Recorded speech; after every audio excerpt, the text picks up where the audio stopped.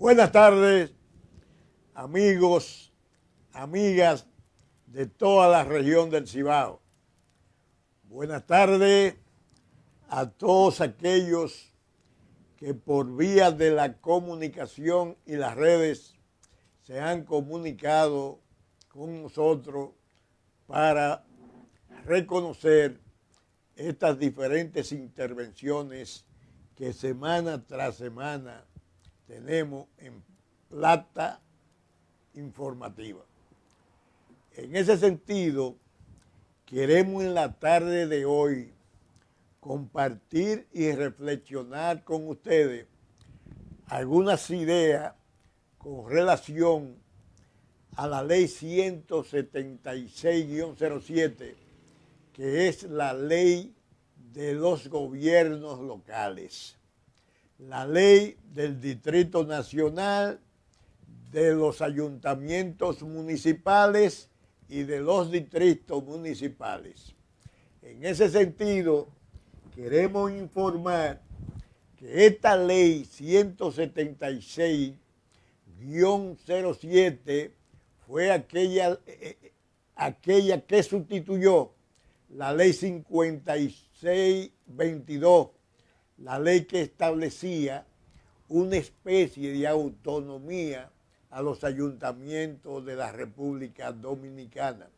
Y como ustedes comprenderán, dentro del marco histórico del comportamiento y las normas de los gobiernos locales, queremos remontarnos realmente a lo que fueron las leyes 3454 y 3455, que eran leyes profundamente de contenido centralizado, sobre todo porque fueron leyes creadas bajo el principio y la hegemonía del régimen de poder que se dio la República Dominicana desde 1930 hasta 1961. Y esas leyes, indudablemente, dieron paso a toda una adecuación de leyes que a partir de la caída trujillista, pues indiscutiblemente la República Dominicana inició ese proceso a los fines de ir entrando en una adecuación para que las nuevas leyes se establecieran sobre la base de los grandes desafíos que iba a enfrentar la República Dominicana en esa época. Y de eso no se escaparon los ayuntamientos. Y de a partir del año 1996, cuando en la República Dominicana se produjo ese proceso de reforma en la República Dominicana, entonces desde ese mismo momento se inician los cambios y las transformaciones en los gobiernos locales. Debemos recordar que a partir de esa reforma se crearon normas que sirvieron de base de sustentación a lo que es la administración municipal. Por ejemplo, una de esas leyes fue precisamente la ley 166-03, que es la que establece transferencia o le otorga transferencia del 10% de todos los recursos, de todas las recaudaciones del presupuesto nacional. Y ese 10% del presupuesto nacional, sobre todo los ingresos tributarios no especializados, eso en realidad no se ha ido cumpliendo. Y los ayuntamientos que deben recibir ese 10% de todas las recaudaciones de los ingresos tributarios no especializados, apenas están recibiendo 2.5%.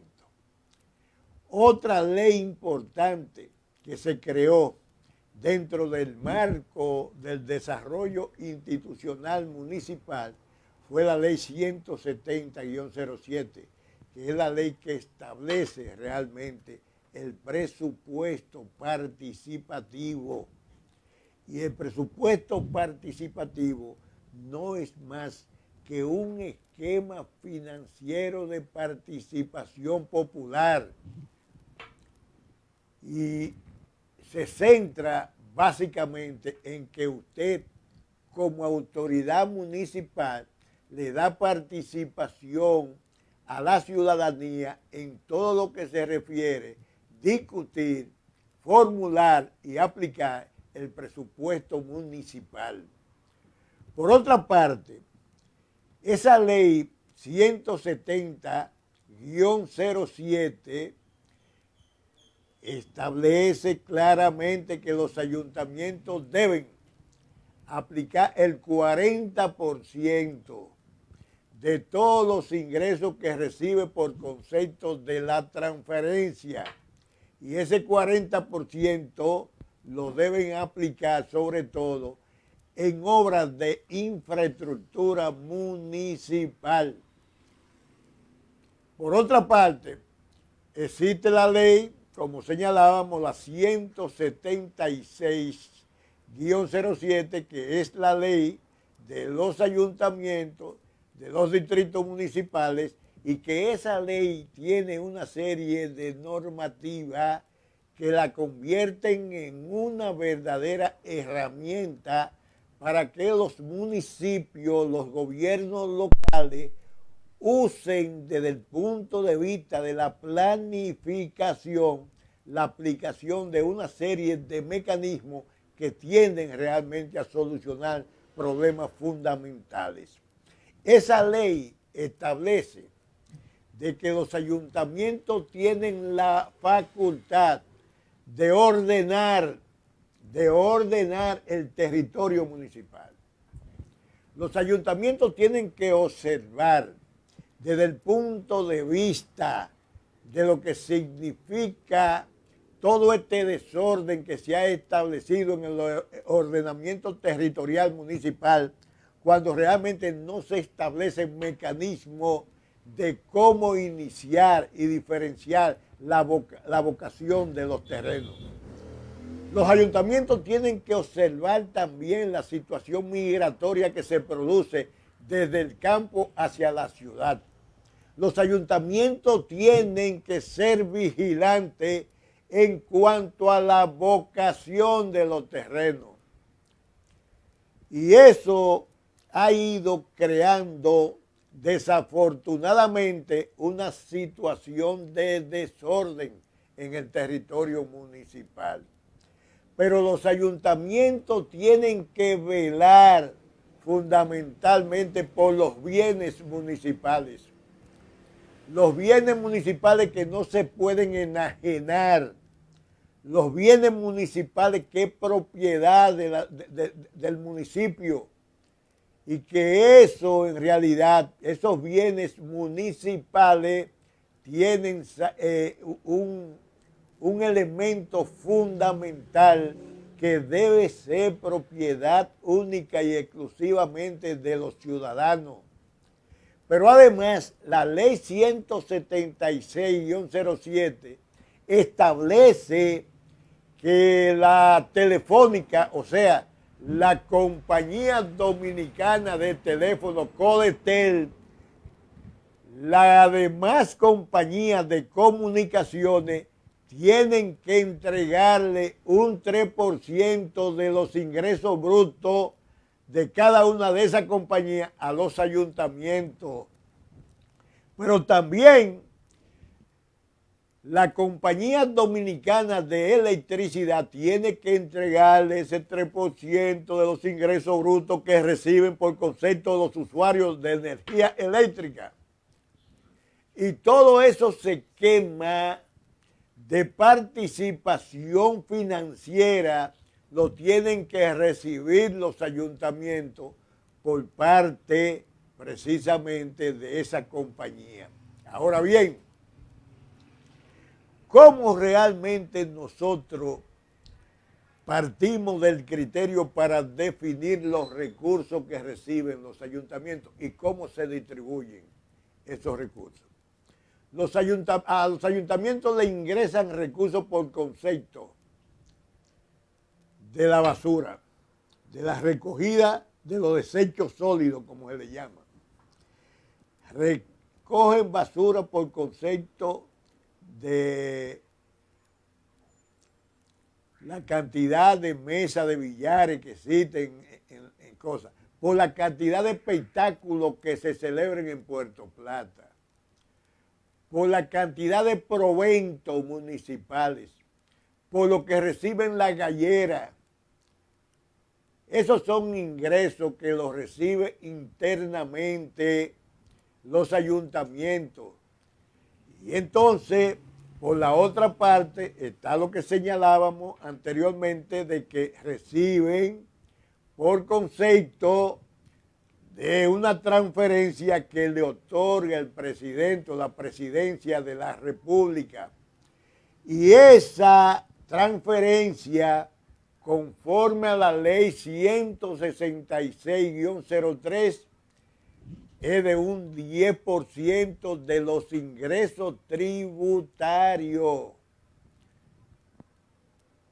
Y si hablamos de que realmente el presupuesto general del Estado, el que se aprobó en el año 2020, tiene un monto de 997 mil millones de pesos y que por concepto de los ingresos fiscales, el gobierno estimó que iba a recibir 756 mil millones de pesos.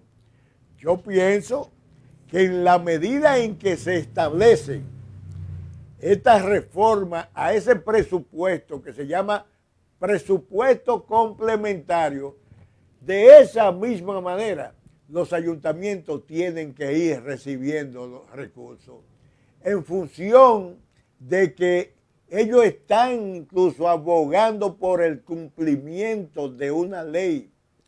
Y si estamos hablando del cumplimiento de una ley, eso indica que de la misma manera que el gobierno establece una reforma al presupuesto del año 2020 por 210 mil millones de pesos, de esa misma manera usted tiene que entregarle a los ayuntamientos lo que le corresponde. Pero hay otro aspecto también. Los ayuntamientos, conforme a la ley, tienen que hacer una distribución tanto de los ingresos internos como de la misma transferencia. ¿Y cómo lo establece? Bueno, el ayuntamiento tiene que invertir, si mal no recuerdo, 31% en servicios, 25% en pago de nómina, 40% en obra de infraestructura y un 4% en educación, llámese educación de género. Y ahí está prácticamente constituido el 100% de los ingresos que reciben los ayuntamientos.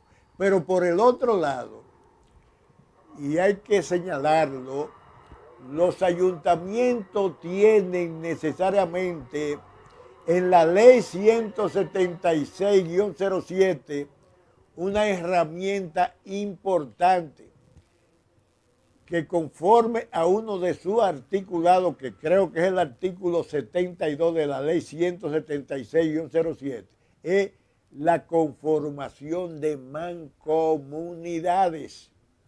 Y la conformación de mancomunidades le dan la oportunidad a los gobiernos locales establecer una alianza municipal con el sector privado.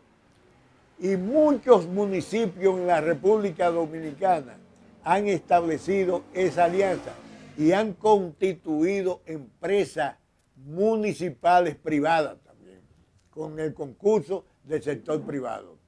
Y muchos sectores también se han aliado con el gobierno local a fin de enfrentar el problema de los residuos sólidos.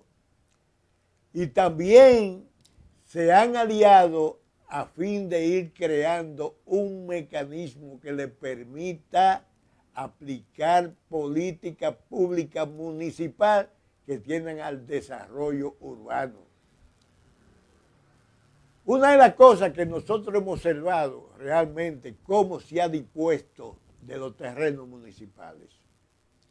Si los ayuntamientos se hubiesen regido de manera institucional, con respeto, con verdadera autoridad, con verdadera vocación política, aquí realmente no se hubiesen producido situaciones como es la de que un individuo, por ser amigo de un alcalde, o por ser hijo de un alcalde, o por ser primo de un alcalde, se apoderara de los terrenos municipales, cuando esos son bienes que son propiedad del gobierno local.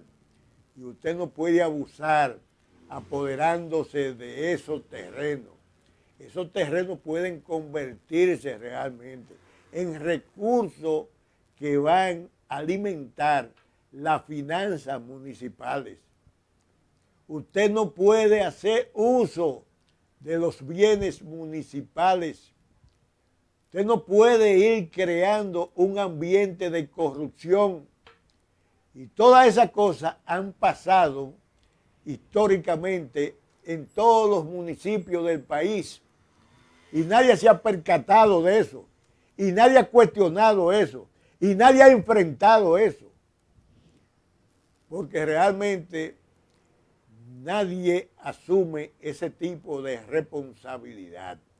Y en ese sentido nosotros queríamos más o menos hablar de esta ley 176-07, pero además hay una ley que penaliza realmente cuando usted tira una basura en la calle. Y usted sabe por qué esa ley penaliza cuando usted abusa y tira un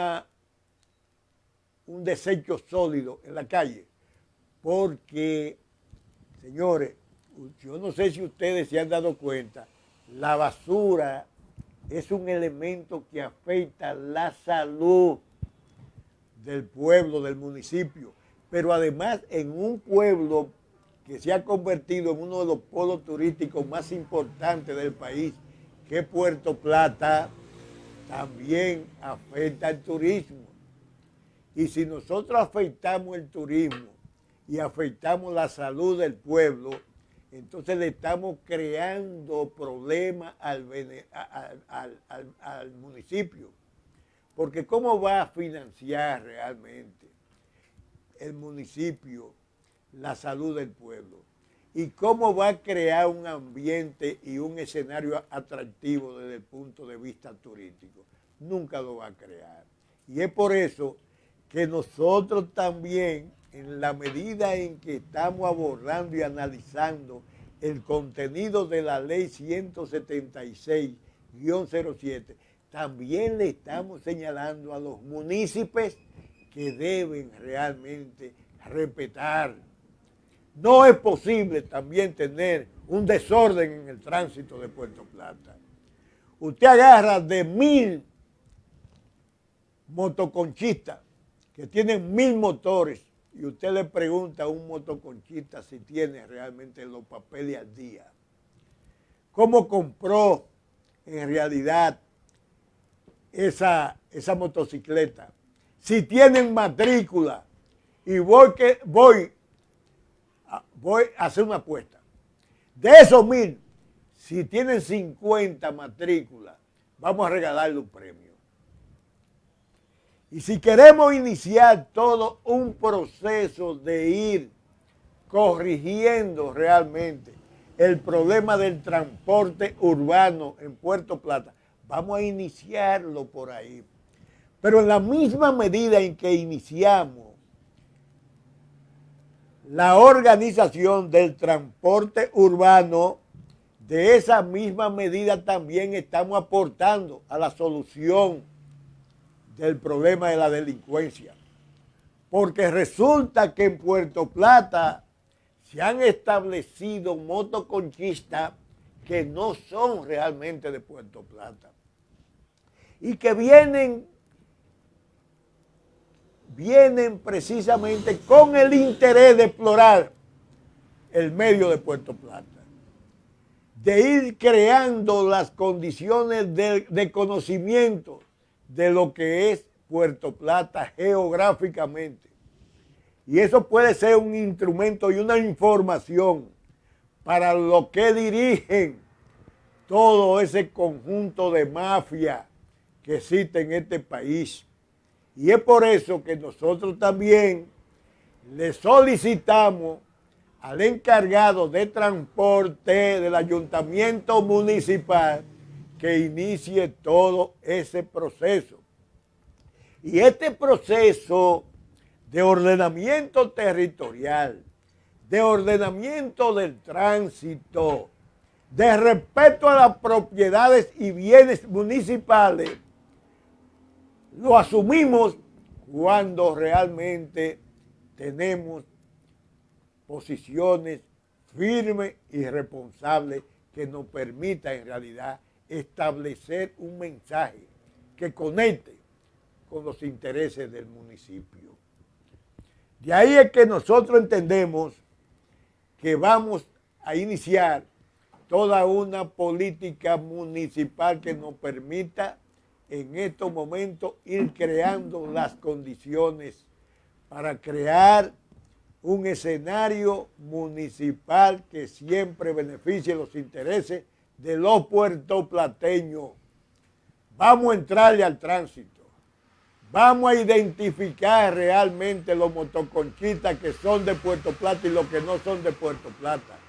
Vamos a trazar realmente, desde el punto de vista tecnológico, la identificación de esos motoconchistas con la data que tiene la Policía Nacional, a los fines de que realmente haya un ambiente liberado de la delincuencia.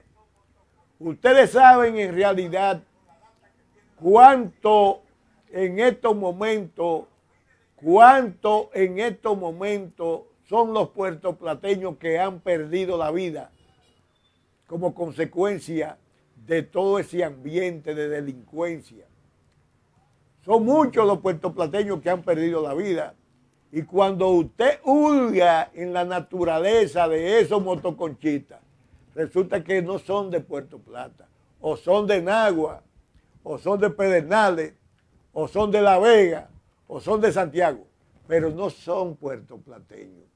De ahí es que nosotros hemos venido planteando la necesidad que para desarrollar toda una política municipal que se corresponda con los verdaderos intereses del gobierno local, debemos asociar esa política desde el punto de vista de los municipios con el punto de vista de las autoridades municipales. Crear realmente toda una consulta permanente con relación a todo y cada uno de los municipios que se mueven en Puerto Plata.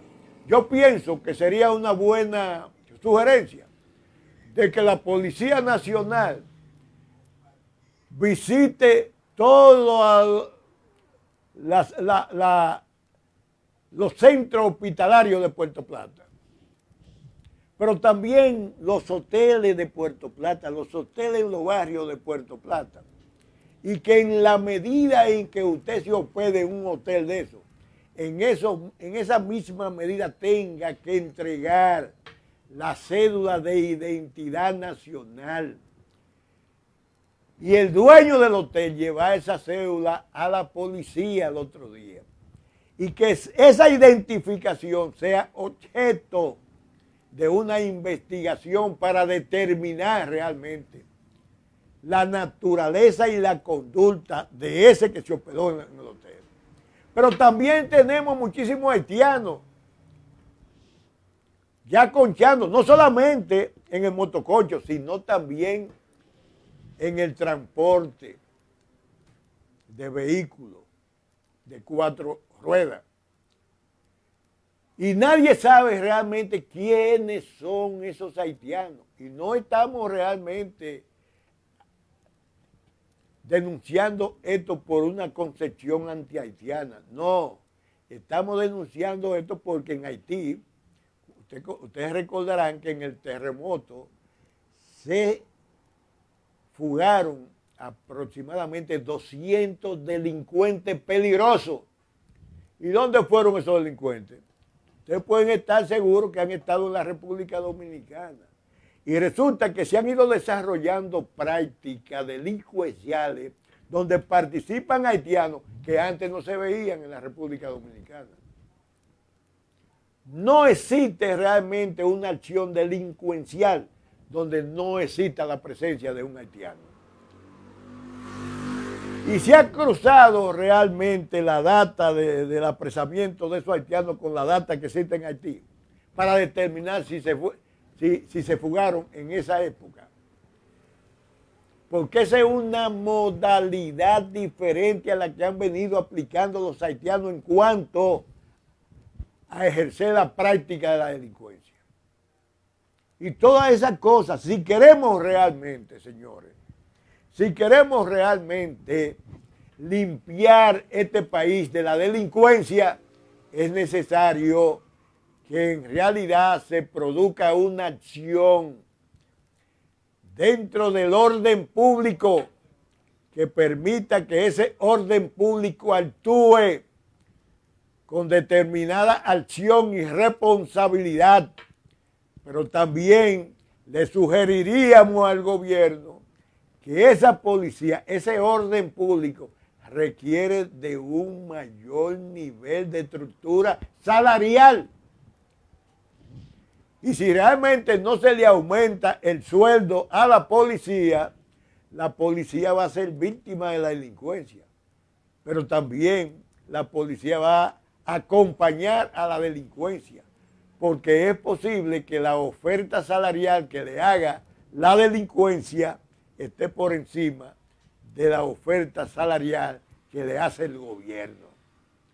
Y es por eso que a veces usted encuentra determinados agentes policiales que se involucran en esta actividad delincuencial, porque realmente la situación está en una situación sumamente delicada. Y ustedes pueden estar seguros que la mayoría de esos miembros de la Policía Nacional viven dentro del marco de lo que se llama la pobreza monetaria.